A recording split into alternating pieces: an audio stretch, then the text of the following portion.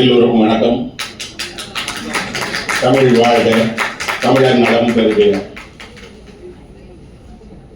I know only Tamil and English, not even know a word of Hindi or Bengali.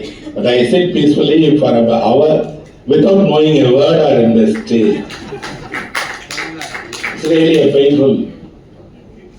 Because nobody speaks in English. I only know Tamil and English. So I just sit and look at the faces of the readers and the audience. I think Bharatiya Bharshat means it respects all the language equally and it honors all the writers equally.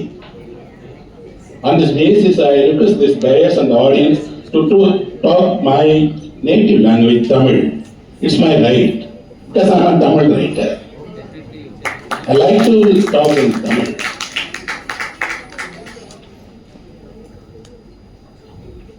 ஒரு நிலவை பார்ப்பதற்கோ, ஒரு மலரை பார்ப்பதற்கோ, ஒரு நதியை பார்ப்பதற்கோ, வானத்தில் இருக்கக்கூடிய ஒரு நட்சத்திரத்தை பார்ப்பதற்கோ எந்த மொழியும் தேவையில்லை. வெறும் கண்களால் அதை பார்க்க முடியும். ஆனால் மொழி ஒன்றை வேறுபடுத்தவும், ஒன்றை தனித்துவப்படுத்தவும், ஒன்றை சிறப்பிக்கவும் தான் தேவைப்படுகிறது. அதனால் மொழி இல்லாமல் நாம் கொஞ்சம் அமைதியாக இருக்கலாம்.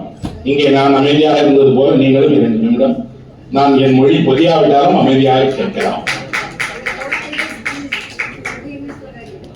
என்னுடைய 20 வயதுகளில் தாகூரையும், விபூதி பூஷணையும், தாராசங்கரையும், வங்கத்தினுடைய முக்கியமான படைப்பாளிகள் எல்லோரையும் படித்துவிட்டு இதே கல்கத்தாவிற்கு 22 வயதில் ஒரு ரயிலேறி வந்து இதே வீதிகளில் ஒரு நாடோடியை போல சுற்றி அடைந்தேன். எனக்கு வங்காளம் தெரியாது, ஆனால் வங்காள எழுத்தாளர்களை தெரியும். அவர்களை நான் தமிழில் படித்திருக்கிறேன். அவர்கள் இந்தியாவினுடைய சிறந்த எழுத்தாளர்கள்.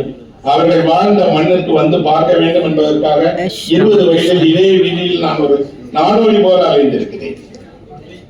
அதே நகரில், அதே வீதியில் எனக்கு இந்த ஒரு விருது அளிக்கப்படுகிறது என்பது எனக்கு கிடைத்த கௌரவமாக கருதுகிறேன். இந்த அவையை வணங்கி விடைபெறுகிறேன். நன்றி.